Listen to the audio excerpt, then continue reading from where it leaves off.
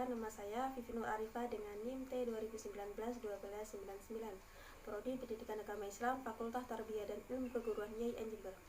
Nah, di sini saya akan menjelaskan tentang keutamaan sholat duha. Sholat duha merupakan sholat sunnah yang sangat dianjurkan oleh Rasulullah SAW, sebab beliau berpesan kepada para sahabatnya untuk mengerjakan sholat duha, sekaligus menjadikannya sebagai wasiat. Sholat duha, sholat sunnah yang dilakukan setelah terbit fajar matahari sampai menjelang masuk zuhur.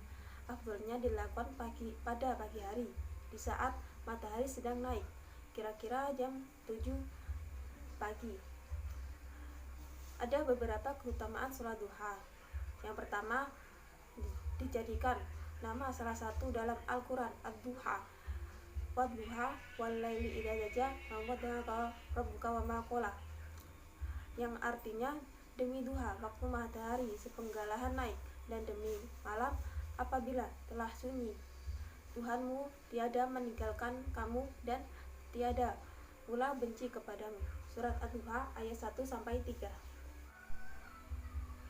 Yang kedua, menutup kekurangan ibadah lainnya. Yang ketiga, mendapat pahala seperti orang umroh.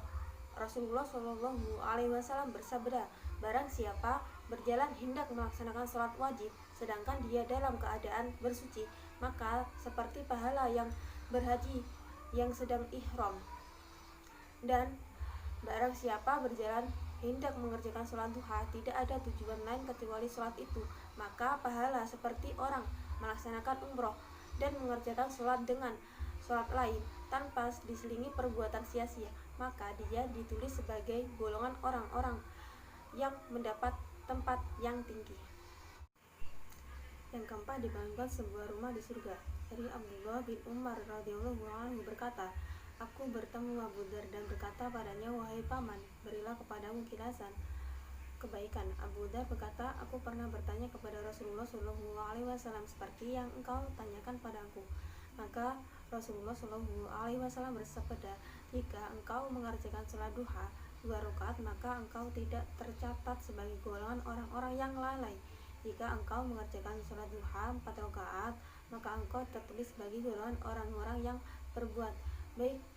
Jika engkau mengerjakan sholat duha 6 rakaat, maka engkau ditulis sebagai golongan orang-orang yang mempunyai kehormatan. Dan mengerjakan sholat duha 8 rakaat, maka engkau ditulis sebagai golongan orang-orang yang mendapat keberuntungan. Dan jika mengerjakan sholat duha 10 rakaat, maka tidak ditulis padamu di hari itu suatu dosa. Dan jika mengerjakan 12 rakaat, maka Allah akan membangun untukmu istana di surga. Yang kelima, mencegah kefakiran dan termasuk orang-orang yang bertaubat. Yang keenam, termasuk hamba yang bersyukur. Setelah kita mengetahui betapa besarnya pahala serta keutamaan sholat duha seperti keterangan di atas, sekarang kita renungkan pada diri kita sendiri. Maukah mendapat pahala yang agung atau tidak? Maukah kita menjadi hamba yang bersyukur atau sebaliknya? Sebagai rasa terima kasih pada Allah Subhanahu wa Ta'ala atas segala nikmat dan karunia-Nya kepada kita, bukanlah hal yang berat jika kita melakukan sholat duha setiap harinya.